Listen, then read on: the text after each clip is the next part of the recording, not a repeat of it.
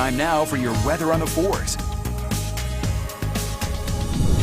Time to check in with meteorologist Thomas Gieboy on this Tuesday. And Thomas, we are 2 days away from Thanksgiving. I'm sure a lot of people want to know, how's the weather going to be? Well, the weather for Thanksgiving, I think, is actually looking pretty good. It's going to be a little bit chilly out there, but I think that we would expect that for this time of year. However, for today, after a cold start, it's going to be a pretty mild finish as temperatures are going to be above average once again. But a cold front will be arriving during the second half of the day today, and that'll be moving through the Beehive State throughout the overnight hours, and that's really going to be turning down the temperature quite a bit over the next couple of days. But we'll talk about your travel forecast, and we'll also talk about that Thanksgiving forecast as well. In the meantime, here's the view from Solitude, where still got a little while to go before we get to sunrise, but Solitude I'm expecting by later on today. This is probably going to be a lot busier, and Big Cottonwood is probably going to be a very busy place with both Solitude and Brighton opening up today. Brighton opened up yesterday to those season pass holders by going full open today along with Solitude. In the meantime, here's the view from down in St. George. Got a partly cloudy sky, but it's a quiet start to the morning. You're not really going to find many issues as you head out the door. You're just going to want an extra layer or two depending on where you are. In Salt Lake City, you're probably going to want 2 extra layers as we're currently sitting at 31 degrees. A frosty start to the morning.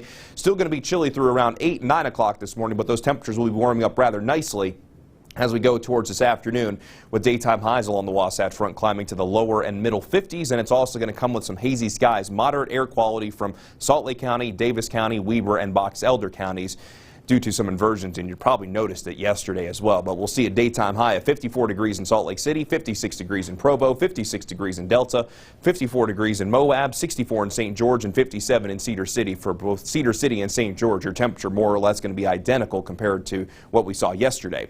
Here's a look at the bigger picture with the satellite and radar. We have a system approaching from our southwest, and we have a cold front approaching from our northwest. This is going to bring us a slight wet weather chance in the northern half of the state and in the southern half of the state. But we'll go ahead and time things out for you here on the Futurecast, and we'll stop it this afternoon. And the best chance for wet weather today looks like it's going to be in southern Utah, east of I-15 and south of I-70, but it looks to be an isolated to scattered chance with some low elevation rain and high elevation snow being a possibility from the afternoon into the early stretches of the evening. But as we go into the nighttime hours tonight, there will be the chance for some wet weather in northern Utah, mainly going to come in the form of mountain snow. However, as we go from the overnight into early tomorrow morning, there is a slight chance that we could maybe find a little bit of valley rain and even some snow going to be a possibility as well. Keep in mind, there's really not a lot of moisture for this front to work with, so even though the Futurecast is showing some stuff, hopefully we've got our fingers crossed that we actually do see it, but it's not a guarantee. And then as we go into tomorrow afternoon, as high pressure builds in, the chance for any wet weather comes to an end, and it's just going to be downright chilly